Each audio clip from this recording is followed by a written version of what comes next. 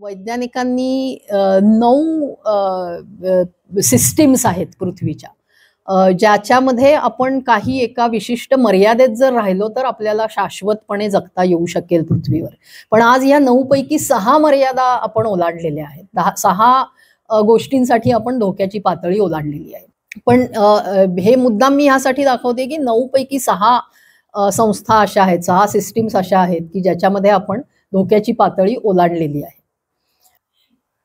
तर ozone depletion म्हणजे ओझोनच्या थर पातळ झालेला होता, पण त्याच्यावर आपण मात केलेली आहे. म्हणजे ती एक पातळी अशी आहे की ज्याच्यात आपण धोक्याच्या बाहेर जाऊन परत आलेलो आहोत. म्हणजे ही पण एक आश्वासक गोष्ट आहे की धोक्याची पातळी ओलांडली तरी आपण पुन्हा उलट फिरू शकतो. त्याच्यानंतर एरोझोल लोडिंग हा एक प्रदूषणातला प्रकार आहे. एरोझोल्स म्हणजे छोटे छोटे प्रदूषणाचे कण असतात ज्याच्या भोवती बाष्प जमा होतं आणि असे थेंब थेंब तयार होतात. तर एरोझोल्सचं अजून आपण वाढवू शकतो प्रमाण हवेतलं, असा याचा अर्थ होतो. आणि ओशन ऍसिडिफिकेशन, महासागरांची आम्लता वाढते आहे पण अजून ती सुरक्षिततेच्या पातळीच्या आत आहे. तर ह्या 3 मर्यादा आहेत ज्या अजून आपण ओलांडायला वाव आहे. स्फुरद म्हणजे फॉस्फरस. ह्या सगळ्याची म्हणजे ही अशाश्वतता जी आहे ती साधारणपणे 1970 नंतर जास्ती जाणवायला लागली. म्हणजे इकॉलॉजिकल फुटप्रिंट ही संकल्पना जर आपण ऐकलेली असेल तर इकॉलॉजिकल फुटप्रिंट म्हणजे संपूर्ण मनुष्य जातीला 1 वर्ष सस्टेन करण्यासाठी पृथ्वीचं किती क्षेत्रफळ लागतं. तर इकॉलॉजिकल फुटप्रिंट ही 1970 पर्यंत संपूर्ण पृथ्वीच्या क्षेत्रफळापेक्षा कमी होती. पण त्याच्यानंतर माणसांची इकॉलॉजिकल फुटप्रिंट ही संपूर्ण पृथ्वीच्या क्षेत्रफळाच्या वर गेलेली आहे. म्हणजे याचा अर्थ असा की जी संसाधनं भविष्यासाठी ठेवायला हवीत ती आपण आज वापरायला लागलेलो आहोत.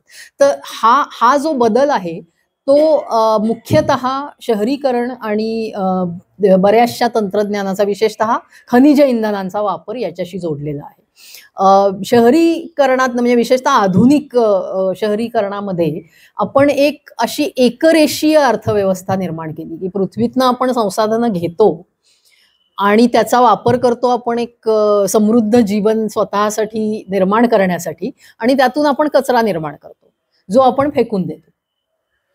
आणि पृथ्वी हा एक मर्यादित ग्रह आहे, त्यामुळे त्याच्यावरची संसाधनं काही अमर्यादित नाहीयेत. त्यामुळे ह्या पद्धतीने आपण फार काळ जगू शकणार नाही. संसाधनांमध्ये कमतरता संसाधनांच्या येत जातात.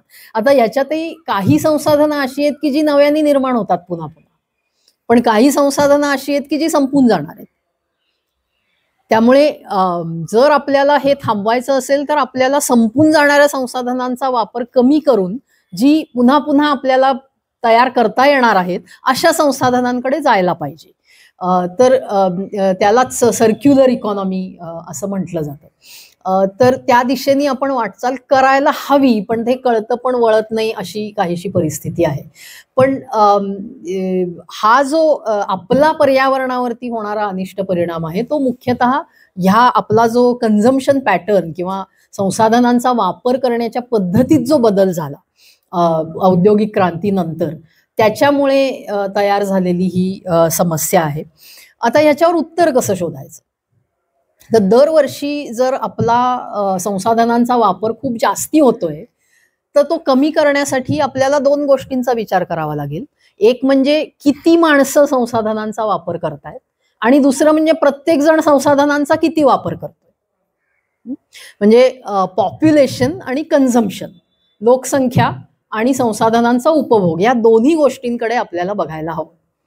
दुर्दैवाने विशेषतः 20व्या शतकामध्ये बरीचशी चर्चा ही फक्त लोकसंख्येभोवतीच घुटमळत राहिली, आणि त्याला कारणही होती. म्हणजे लोकांनी त्यांच्या स्वतःच्या आयुष्यामध्ये लोकसंख्या एकदम दुप्पट वाढलेली बघितली आणि हे अशाच पद्धतीने वाढत गेलं तर लोकसंख्येचा स्फोट होईल असे सिद्धांत मांडले गेले आणि त्यामुळे त्याच्यावरती खूप युद्ध पातळीवरती उपाययोजनाही केल्या गेल्या आणि त्याचे परिणाम आपल्याला आता दिसायला लागलेले आहेत. पण अजूनही लोक त्या 1960 सालची जी चर्चा होती लोकसंख्येची त्याच्यातच गुंतून पडलेले आहेत. बदललेली परिस्थिती त्यांच्या लक्षात अजून येत नाही. काय परिस्थिती बदललेली आहे तर आज जगाची लोकसंख्या ही साधारण 8 अब्ज आहे, पण ती स्थिरावती. ह्या शतकातच आपण साधारणपणे 10 अब्जपर्यंत जाऊ आणि तिथे लोकसंख्या स्थिरावणार आहे. नंतर ती हळूहळू कमी पण व्हायला लागेल. आत्ताही आपल्याला असं दिसतंय की काही देशांमध्ये लोकसंख्या कमी कमी होत चाललेली आहे. भारतामध्ये सुद्धा, भारत हा जगातला सगळ्यात जास्ती लोकसंख्या असलेला देश आहे आज, पण भारताची लोकसंख्या सुद्धा स्थिरावते आहे. आणि ही लोकसंख्या स्थिरावण्याची सुरुवात 1960 पासून झालेली आहे.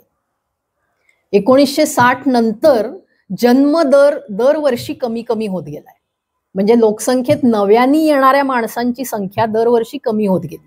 मग तरी लोकसंख्या का वाढत गेली तर मरणाऱ्यांची संख्याही कमी झाली, कारण ह्याच काळामध्ये आयुर्मान वाढलं. त्यामुळे आहे ती माणसं लोकसंख्येत आहेतच आणि शिवाय नवीन येत आहेत. ह्यामुळे लोकसंख्या वाढत गेलेली दिसली तरी सुद्धा जे उपाय केले गेले होते त्या उपायांचा परिणाम 1960 पासूनच दिसायला लागलेला होता. जन्मदर कमी कमी होत गेला आणि ही सार्वत्रिक परिस्थिती आहे. त्याचा कमी होण्याचा दर कमी जास्ती असेल, पण जगभरात सगळीकडे जन्मदर आपल्याला हळूहळू कमी होत गेलेला दिसला आहे.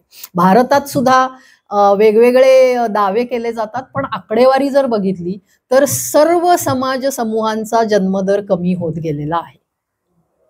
आणि त्याचाच परिणाम आपल्याला हा दिसतो आहे आता की लोकसंख्येचा प्रश्न आपण सोडवलेला आहे. अजूनही संख्या वाढताना दिसते कारण लोक जास्ती जगतायत. म्हणजे ह्याच्यापेक्षा जर लोकसंख्येचा कमी होण्याचा दर वाढवायचा असेल तर माणसांना मारून टाकावं लागेल, जे आपल्याला करायचं नाहीये असं मी गृहीत धरते. त्यामुळे लोकसंख्येचा प्रश्न आता आपण सोडवलेला आहे. मग हे जे इक्वेशन आहे आपलं की किती माणसं गुणिले प्रत्येक माणसाकडनं होणारा संसाधनांचा उपभोग, ह्याच्यातल्या दुसऱ्या गोष्टीवर आता आपण लक्ष केंद्रित करायला हवंय. संसाधनांचा उपभोग आपण किती करतो आहोत हे जर आपण बघितलं नाही तर हा आपला जो अशाश्वततेचा प्रश्न आहे तो सुटणार नाही. पण त्याच्याबद्दल बोललं जात नाही.